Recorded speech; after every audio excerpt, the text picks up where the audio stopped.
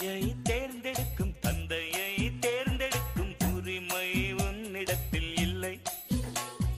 முகத்தை தேர்ந்தெடுக்கும் நிறத்தை தேர்ந்தெடுக்கும் உரிமை உன்னிடத்தில் இல்லை.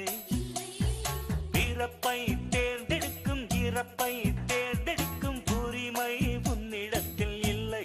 இல்லை எண்ணி பார்க்கும் வேளையிலே உன் வாழ்க்கை மட்டும் உந்தன் கையில் உண்டு. அதை வென்று எடு. கிக்கு ஏறுதே, வெக்கம் போனதே, உள்ளுக்குள்ளே ஞானம் ஊறுதே.